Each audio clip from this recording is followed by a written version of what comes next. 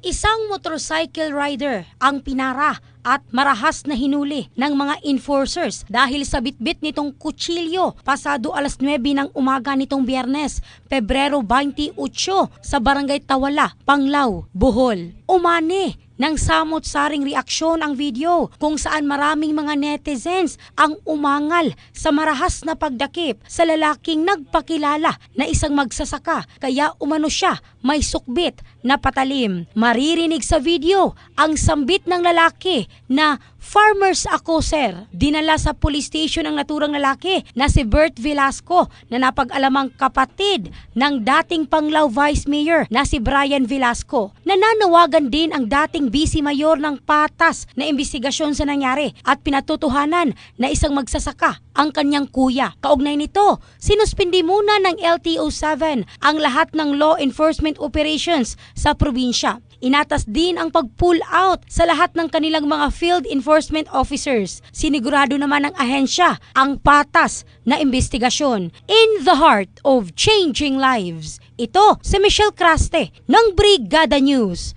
Philippines, the Music and News Authority.